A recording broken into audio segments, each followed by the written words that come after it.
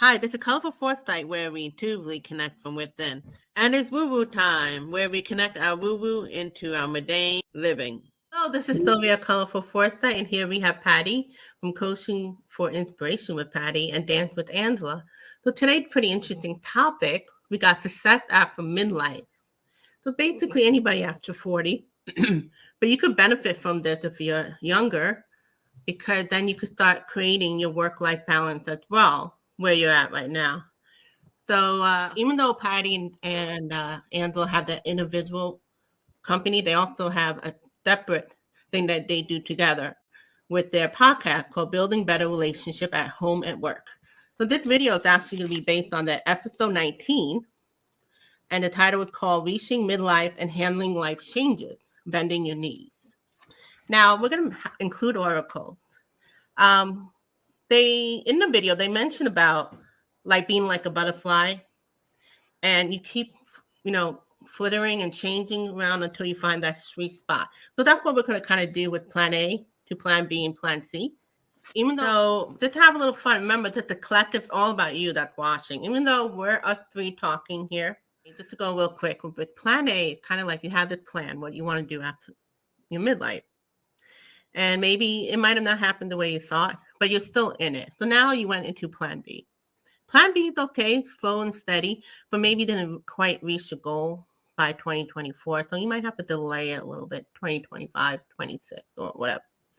So that's plan C. Now, it does not mean you failed with plan B. It just means the time goal, the goalpost. Maybe some reframing is needed or something like that. So now we're in plan C. It's just as good as plan A. However, it's kind of like being that butterfly expression where they keep changing and until you reach that sweet spot. And the oracle card that I picked, and we're going to go with this energy here, it's from the Archangel Michael.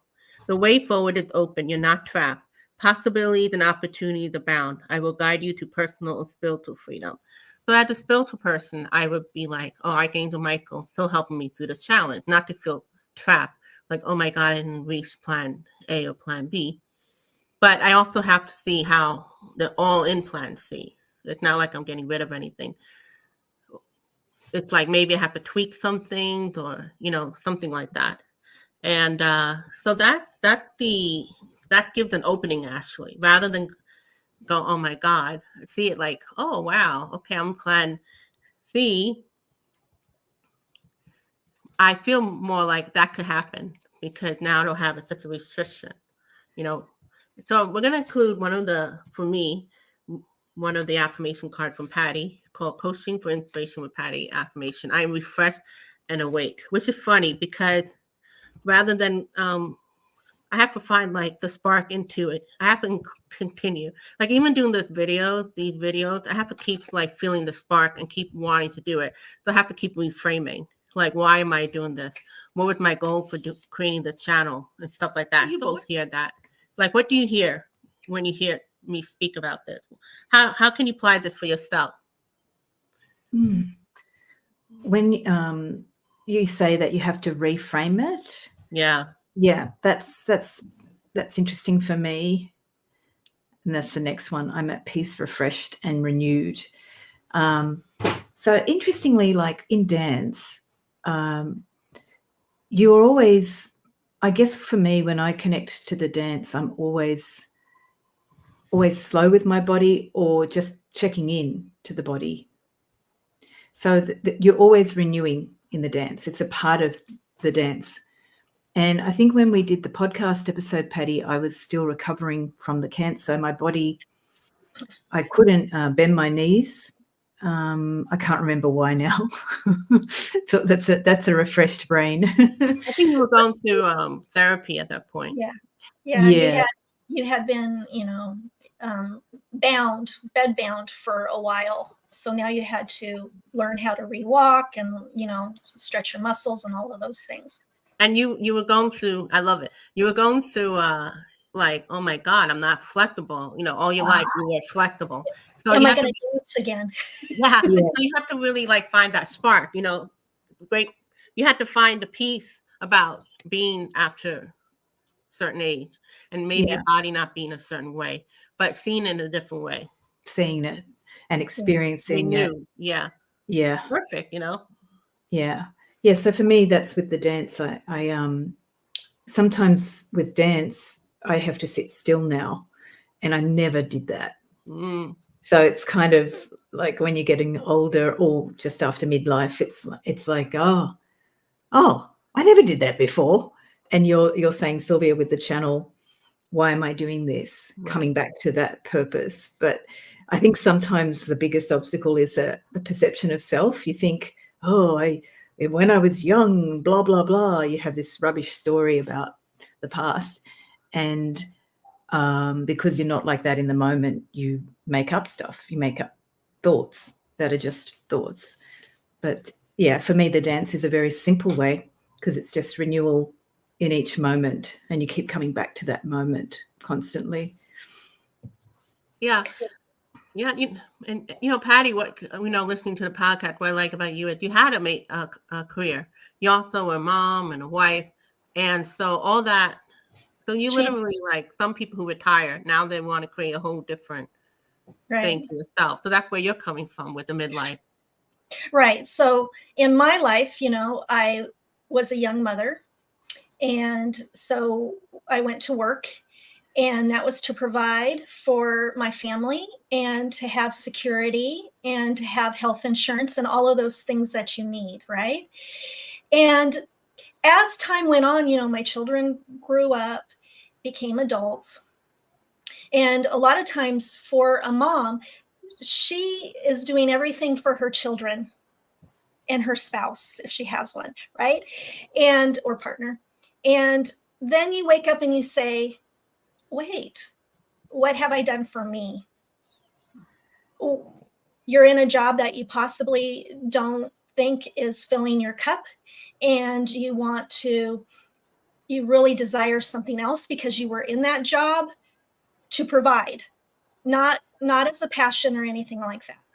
So for me, I started putting things into place. I was going to be retiring from that job, and I wanted to do something else. And that's how I started my plan A, my plan B, my plan C, and got to where I am now. I didn't just do it overnight. I went to school, to get my certification for coaching. Later on, I incorporated Reiki. I got certified in that. As you evolve, your plans do change, and that's okay because you're going to your purpose. You're going where you need those steps to get to where you ultimately want to be. What do you think of that, ladies? It makes you feel good because it's like, okay. Because, it's sometimes people have so much ideas what they want to do. Hi, Jeff. And sometimes where I had an idea, but it wasn't clear, but I'm getting more clear as each year go. So I like the idea that I could tweak the plan, and I like how the plan A, B, C look different for each of us. Yes. So let's have fun because this is a collective and we want the people who are watching to feel like we're talking about them. Yeah. And so how we're going to do that is we're going to have Patti pick 2 cards, 2 oracle, and then Angela going to pick 1 affirmation card from the deck, Coaching for Inspiration with Patti. I already picked out what mine is. We're going to read it over again. The way forward is open. So possibility, opportunity, the bound. Well, this is spiritual for me, so this is my way I'm going to connect with divine. But Patti had work-life tool. Balance affirmation. So we want to bring that more grounding, especially for people who are into spiritual work. Even with Dance with Angela, she's combining the two.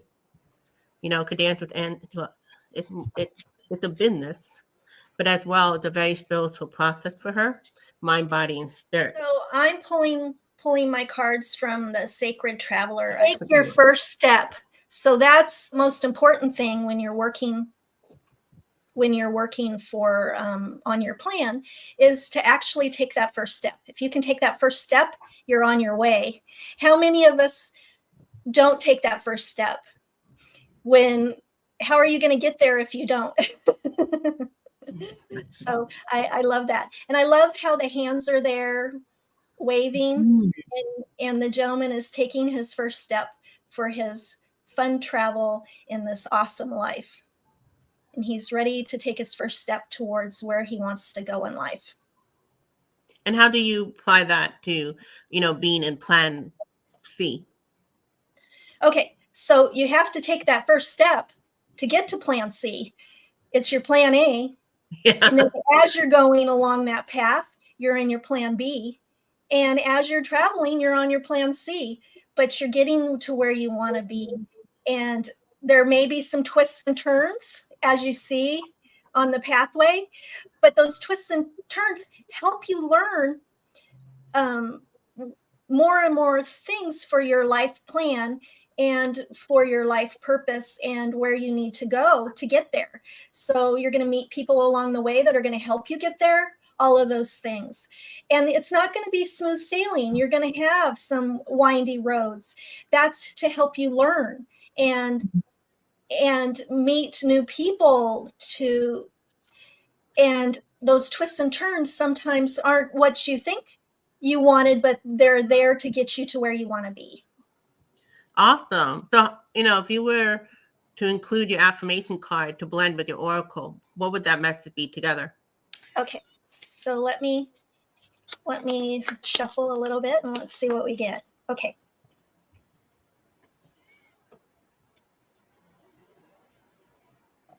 Oops. You can read it. Okay. There. My work-life balance plan is perfect for me.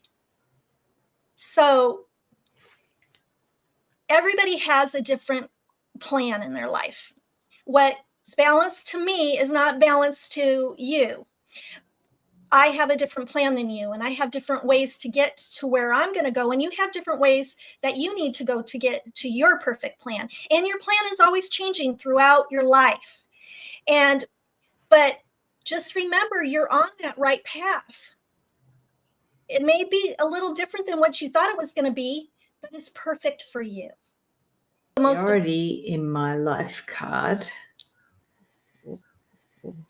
which it always, along with Patti's other affirmation cards, they work a lot with creating work-life balance. And one of the things that we all learn when we're creating, like Patti was saying, your own particular work-life balance that works for you, it may not work for others.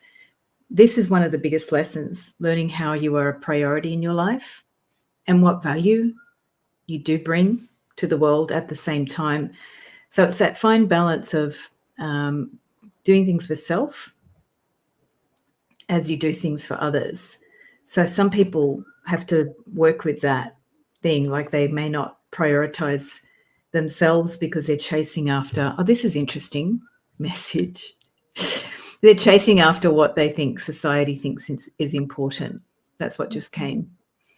Wow. So actually, it's putting yourself in a different perception of self first. If you put yourself as a priority, what are you bringing to society? What are you bringing to yourself? Not looking at how society measures you, because this is a huge shift happening the next 2 years. It's been coming to me the last 3 months, 2024, 2025.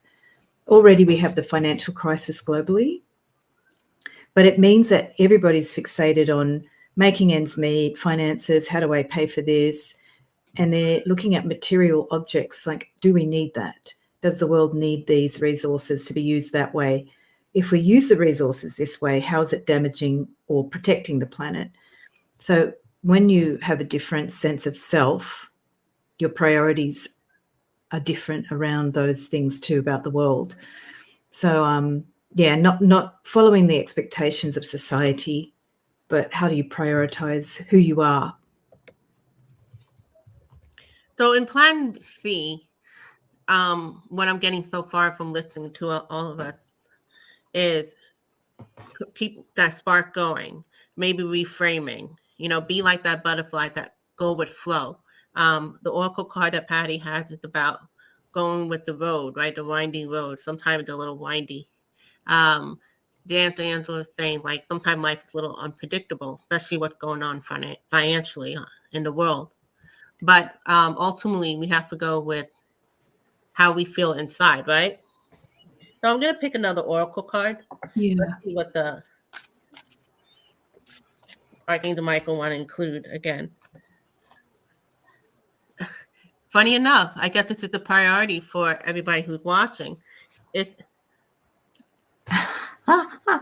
prioritize self-care. You do so much for others. The time for you to experience the love you deserve and let others help you. So you know what? I feel like we've been working on like priority to ourselves, but it's this idea of deserving it. Maybe some of you like, no, I think I could deserve it. But it's this like new level of not only that you deserve it, but allow others to help you. So maybe some of us are used to, maybe we don't really feel like we can rely on others. So we're learning how to rely on others more.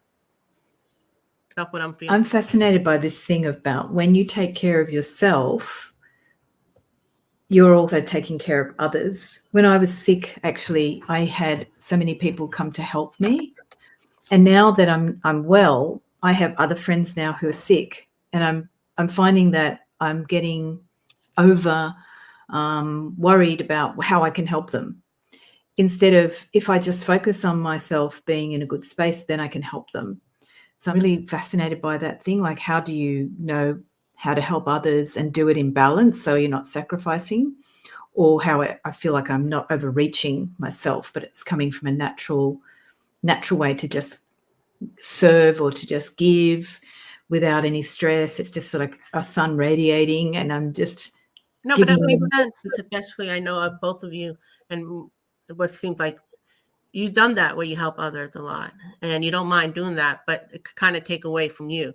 So now Yeah, that happens to all of us until, and then we need to start realizing if we don't take care of ourselves, we can't help those other people. And a lot of times, I don't know if all of you in the audience, but I was raised kind of, you help others and you put yourself on the back burner. And how can you help others if you're not ready or can, because you're so overwhelmed and anxious?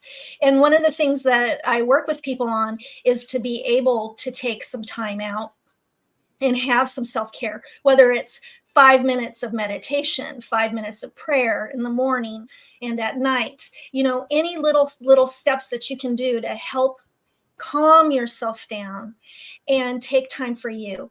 And then I also help people to delegate and ask for help. So it's hard to ask for help at first, but you start in little baby steps, and that will get easier and easier as you ask for little tasks to be taken by somebody else.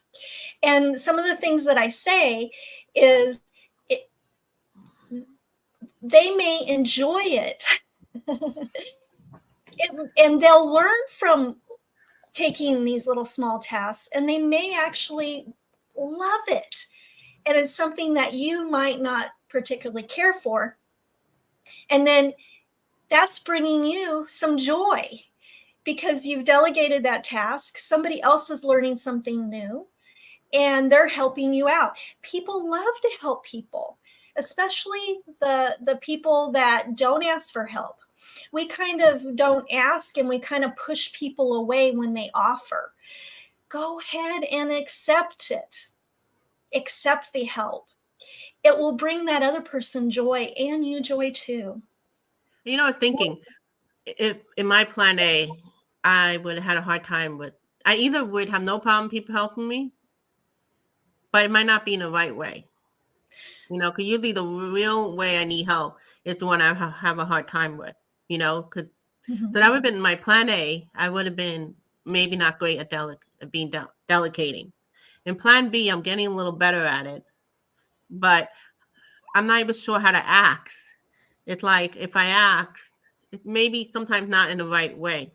It's like I'm asking in the wrong area, but Mhm. the area that I really need to ask is it's the trust factor or something. Well, how would a housewife could ask for help?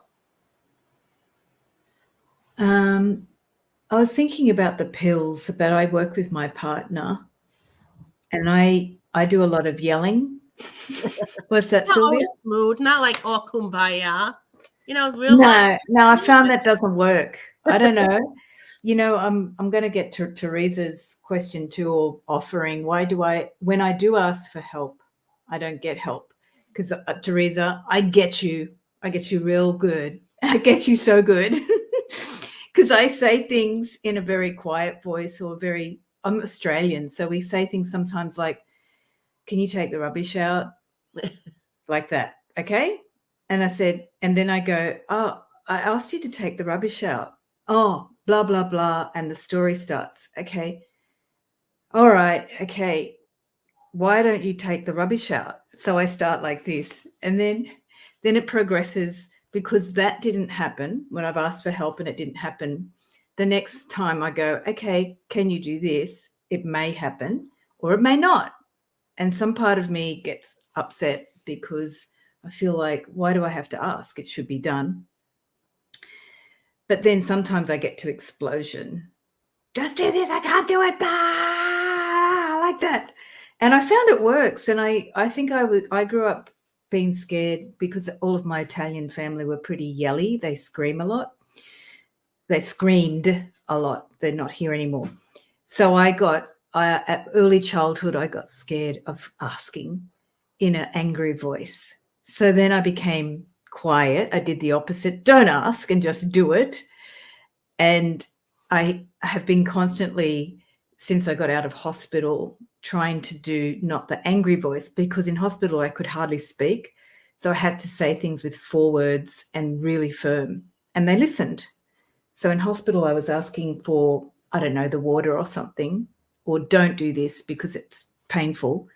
And I was very firm and very short words, and people listened because I was very sick.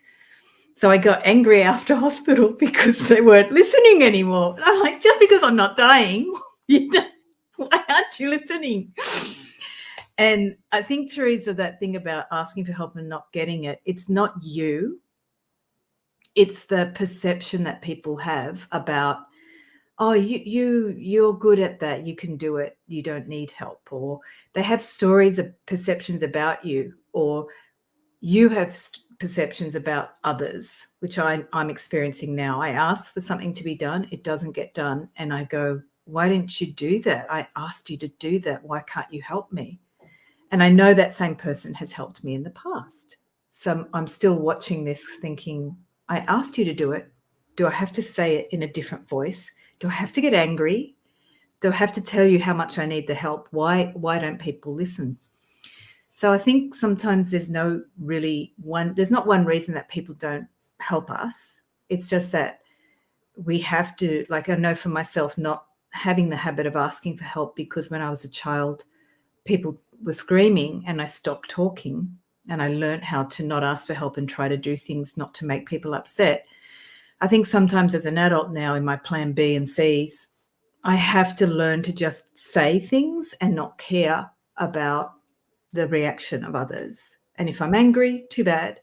If I'm not angry, great. But if they're not listening and I need help, I need to practice saying it again, which has been really funny for me, because I'm like, I did say that. Didn't I say that? Why are they not listening? I don't understand. Patti, like thinking about, working in leadership situation, sometimes, client, they have to be firm. You have to create that boundary. So how did you work on that? Is it something from within, like how to be taken more seriously? What would you have to say about that?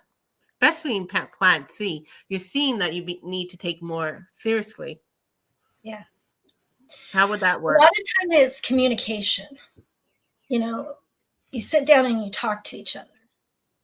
After things have blown up, then you sit down and you talk about things. I need help because I'd like help because, not pointing the finger, not saying, I would really, really, really love for someone to help me with this. And if you're talking to your whole team or you're talking to your whole family, who could help me with this? And somebody would probably step up and say, oh, I can help you with that. I'd appreciate that. I need help so many times a week with this. Could you do that for me? You get their buy-in. You get them to step up and say, this is what I want to do. Pointing fingers, accusing people, and all of this doesn't work. It doesn't get people to want to do it.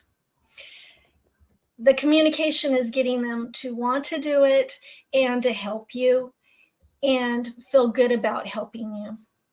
A lot of times in workplace, everybody's overworked as it is, but you have people that are ambitious and want to learn new things.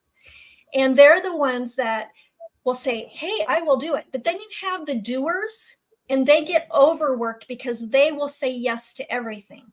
So what you want to do is you want to ask the whole team or the whole family who would like to do it, and not the doer.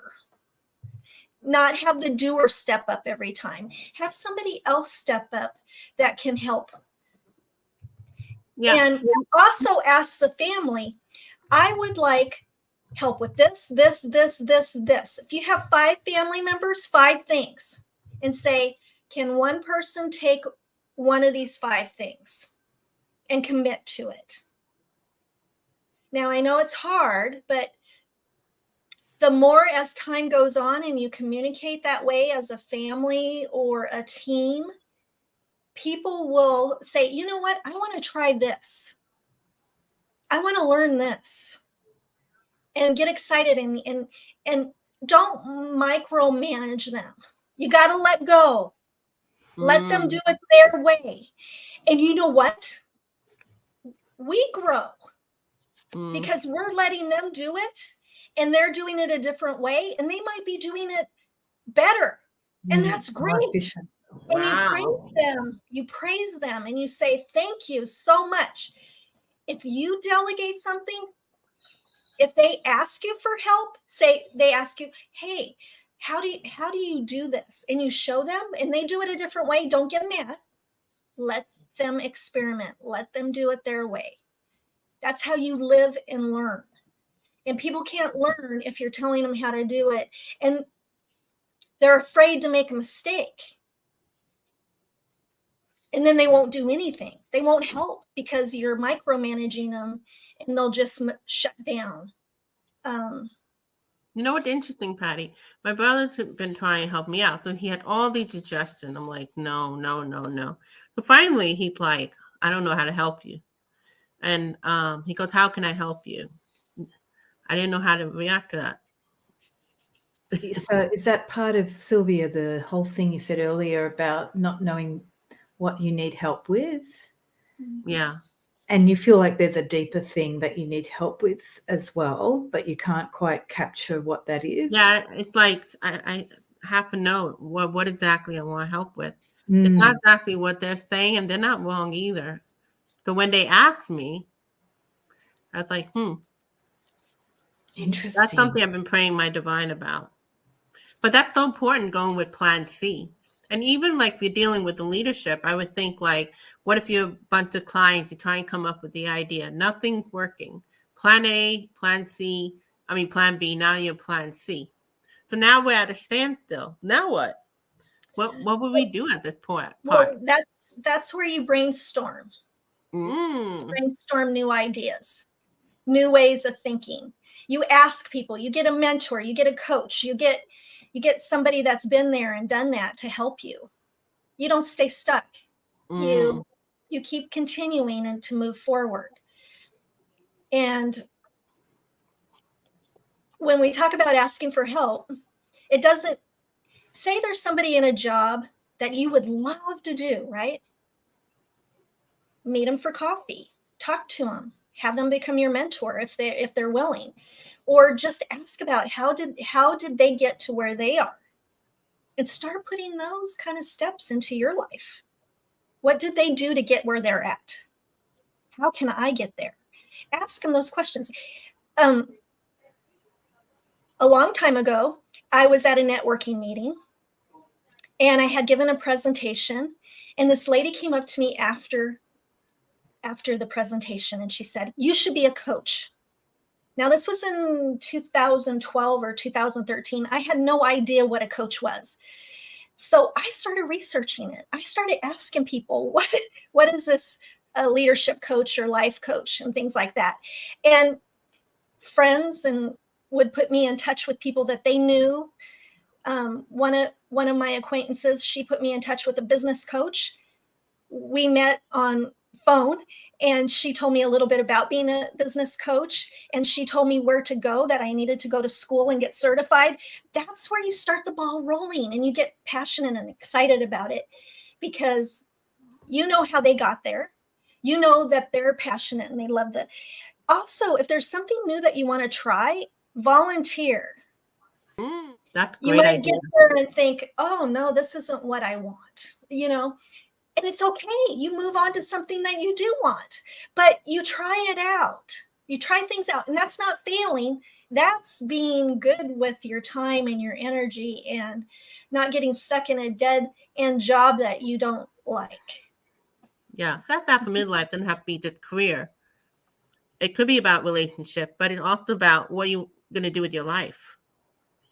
That's why I think a lot of people who create careers after midlife, usually because of money, but also to put yourself in a different level, right? Like challenge yourself. What do you want to do with your time? Yeah, it's like you are aware that there's a period of life that's left and you have something unfulfilled and you have to do it. I think that's the new career thing. Some people do it for the money, for sure, but other people do it because they've got to reinvent. They've got to fulfill something before they pass. And I think in our lifetime we still have it, but we're living longer, and people are going to live even longer in decade coming. Expect to be living to 100, 120, and not like in a bad health. Like you could be 100 in your 80s, like acting like you're in your 70s. So this is set that for midlife goes in so many different ways. So success is unique to each person. yeah, it's very personal. What is success? And I guess, yeah, for me, that success did change after midlife. And it was also facing death. I saw, oh, if I don't die, then what do I want to do for the rest of this life? And that's very big in terms of being clear, I'm here only for a period of time. But for other people, success can be something completely different. Yeah, some people might be to relax. Some people to travel, What about you, Patti? Yeah, I think a lot of times success can be different to you in different stages of your life. So like in midlife, you've done a lot with your life, and career might not be anymore what you're focused on, but you're focused on maybe your health, maybe your relationships, maybe spiritual, maybe a combination of all. So things change as you move on through your path in life, and you can focus on the different things that you enjoy. And when you're older, you want to enjoy your life and you want to have a purpose and a passion, because if you don't, then that's where people get stagnant and stuck. So finding something that you enjoy to do, it could be a craft, it could be reading, it could be writing, it could be volunteering, anything that you may have, something that you really like to do, and you can take that opportunity and do it because your life is open for that.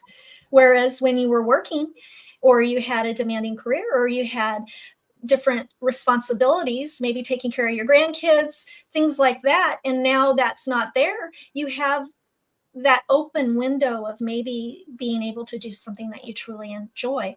And if you don't know what that is, go out and search for it. Try new things.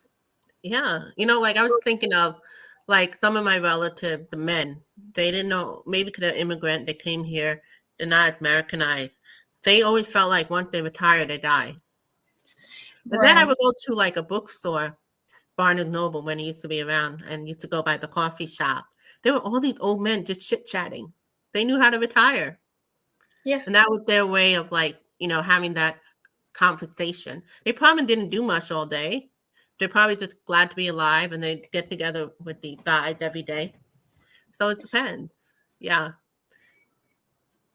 Yeah, And that's a wonderful idea. Go to the coffee shop and meet new people and try new different kinds of coffee, tea, or anything different, and just expand your horizons.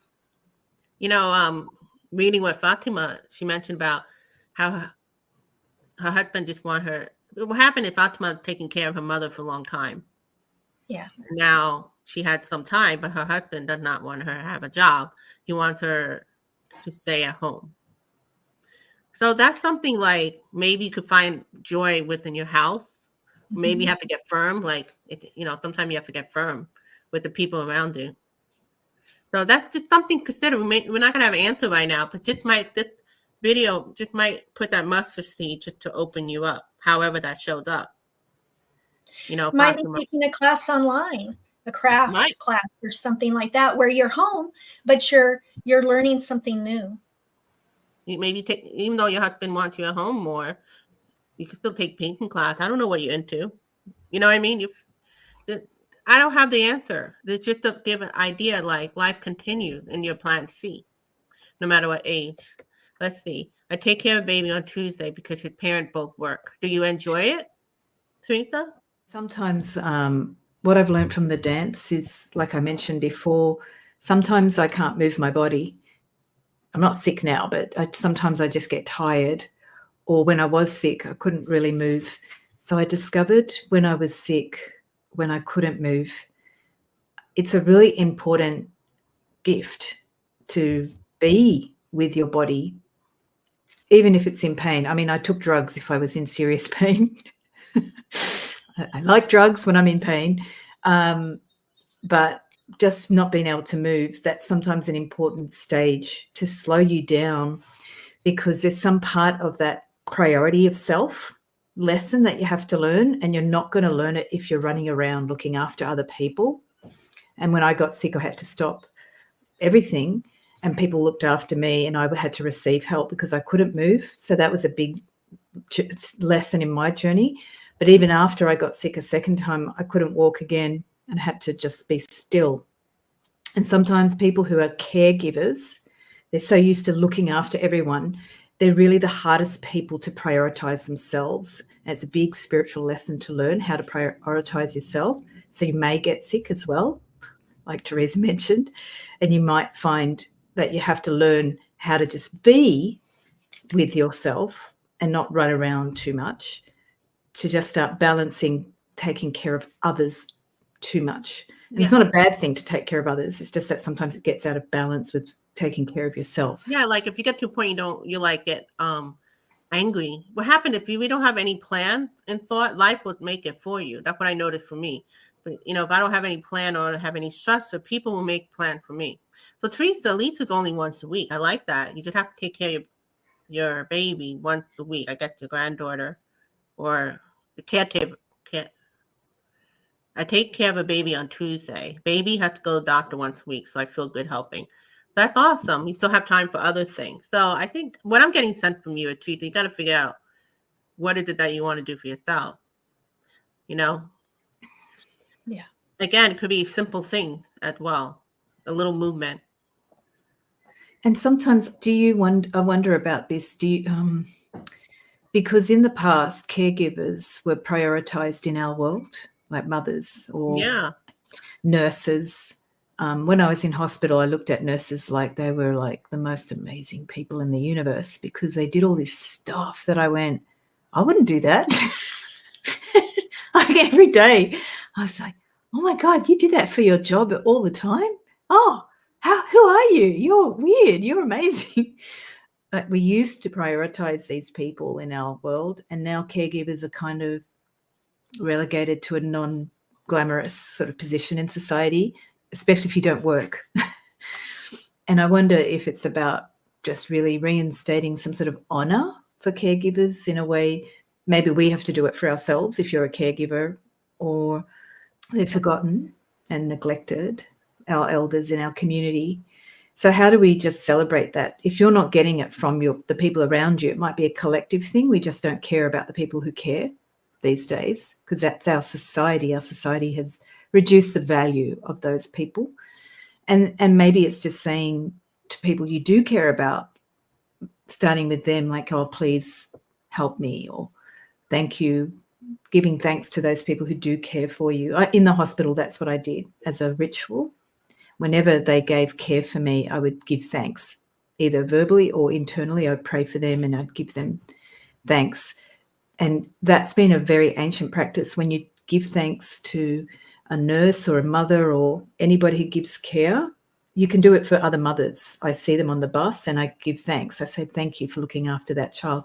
It's a practice to just give thanks to women in general, because women are often caregivers. So I give thanks to mothers randomly. Anywhere I see a mother. The other day we saw a mother with 3 children under 5 with a very big car, because now in Australia that's the fashion. People have money and they buy a big car. But the mother was very, very stressed. And I was inside the post office and my partner was in the car watching this very stressed mother with 3 children. And afterwards I came back and my partner was very upset about the mother, because she was sort of holding the child and throwing it in the car, and she knocked the child's head and she didn't realize. And he was very distressed, because he's been saying things such as society is not going in a good direction, and that, look at this is another evidence this mother can't attend to the child and be aware that the child was hit, and she's too rushed and she's stressed. And I said, did you pray for her? Did you pray for the mother? And he looked at me, and this was good progress. This is success in my life, because he thought about it and went, no, but that's a good idea, which is progress. And then I prayed for her, because I just saw her before I went to the post office. I didn't see the stress that she was in. And then I do that in the post office too. If I see people stressed, I pray for them, because that's the post office person is caring for us, because he's collecting our packages. He's taking care of us. And I think that's the thing in general in our society. We've forgotten to prioritize those who give care. And we can pray for anybody that we see giving care, and that then starts to energetically come back to you in your life if you're a caregiver. That's what I noticed in hospital. There was this reciprocity. When I prayed for the nurses, they treated me better. And then more people came to take care of me as well without me asking, because I couldn't speak anyway. So all these people showed up because I was praying the whole time. Okay, so we went from going to plan A, plan B, plan C, career-wise, to maybe recreating something, to not just being about the 40s, 50s, but 60s, 70s, 80s, maybe not career, but how do you reframe it? Then we went into caretaking. Well, for caretakers, they have to learn how to play. It's time to play. You're working hard and worrying about everything. Seek out joyous experiences to bring back into your life. But maybe you just need to remember, like, we don't have to try to remember, but it'll pop up in your head. Like, be okay to learn how to play. Maybe you just don't know how to do that. It hadn't been in your life. And that could include while you're creating your empire or whatever in plan C.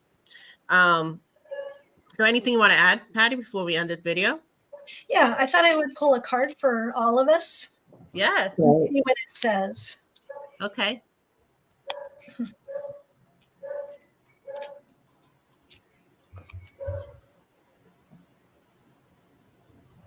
Believe in magic. Like Sylvia said, the card that we pulled about playing, and also believing that you can ask for help, and believe in the magic of love, and that people will come to help when you're in need. And also believe in self-care for yourself as well. So believe in that magic of the everyday things that happen, and just fill it with love. You see the little guy, I think he's playing a flute. Oh, yeah. And looking at the moon. Both of them are playing the flute, and they're at the lake, and they look so happy, and they're playing. That is our message for tonight, is to take time to play. And remember, when we're joyous, everybody around us is joyous. Yeah, you notice like people who are stressed, they'll go on vacation, they come back so rejuvenated with a lot of new ideas Yeah. and spark in life. So that makes sense because they were able to play in that sense. I can just say that one of the things I do now for healing is prayer. So, like I said earlier, if something's not good, like the nurses, I prayed for them and they would change. If they were angry, they would soften. So I always, in the moment when the energy's not good, I pray and I ask the divine to come in now. Not just that person to come into me and help. So I do a lot of prayers asking for help in the moment when I'm not in a good space, or if I'm healing from something, I just do.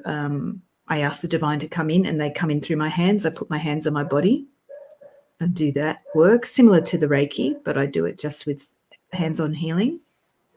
And then the third thing I do is dance. So that's what I do on Dance with Angela. I just move and feel the energy moving. It's a sort of dance healing that I do. I always feel like it goes back to what you enjoy in life. So just want to let you know that if there are any ideas you want, if I invite them in the future with Patti and Angela, if there any specific topic you would like us to cover, please put it in the comment below after the video. So thank you very much, and let's rock it. Success after midlife. Take care. Thank you, Sylvia. Thanks, Patti. And thank you you, again, Sylvia. Patti and Angela. Thank you, audience.